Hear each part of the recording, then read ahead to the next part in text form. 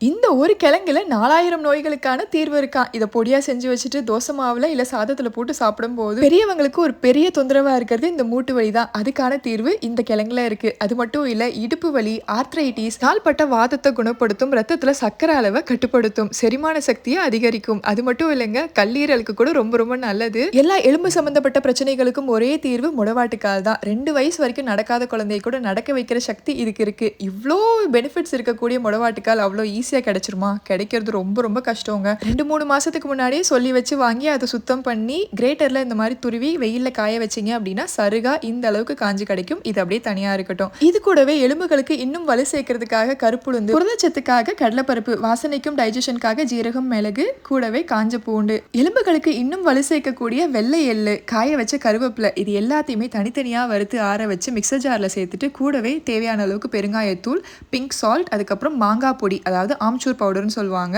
இது எல்லாத்தையுமே ஒண்ணா சேர்த்து ஃபைன் பவுடரா அரைச்சு ஆற வச்சதுக்கு அப்புறமா ஒரு ஏர்டைட்டான கண்டெய்னர்ல போட்டு ஸ்டோர் பண்ணி வச்சுக்கோங்க. இதெல்லாம் பண்றது எனக்கு கஷ்டம், டைமும் இல்ல அப்படின்னு நினைக்கிறவங்களுக்காக தான் ஃபிட் அண்ட் ஃபுட் தமிழ் இதே முறையில முடவாட்டுக்கால் தோசை பொடி செஞ்சு கொடுத்துட்டு இருக்காங்க. அதுவும் கொஞ்சம் கூட கெமிக்கல்ஸ் அண்ட் ப்ரிசர்வேட்டிவ்ஸ் இல்லாம. ஆர்டர் பண்ணணும்னு நினைக்கிறவங்களுக்கு வெப்சைட் அண்ட் வாட்ஸ்அப் டீடைல்ஸ் கொடுத்துருக்கேன், கண்டிப்பா யூஸ் பண்ணிக்கோங்க. நீங்க ரெகுலரா யூஸ் பண்ற தோசை மாவுல 2 ஸ்பூன் முடவாட்டுக்கால் பொடி சேர்த்து தோசை வாத்தும் சாப்பிடலாம், சாதத்துல நல்லெண்ணெய் விட்டு சாப்பிடலாம். பெரியவங்களுக்கு மட்டும் இல்லைங்க, வளர்ற குழந்தைங்களுக்கு கொடுக்கும்போது எலும்புகள் நல்லாவே வலிமையாகும்.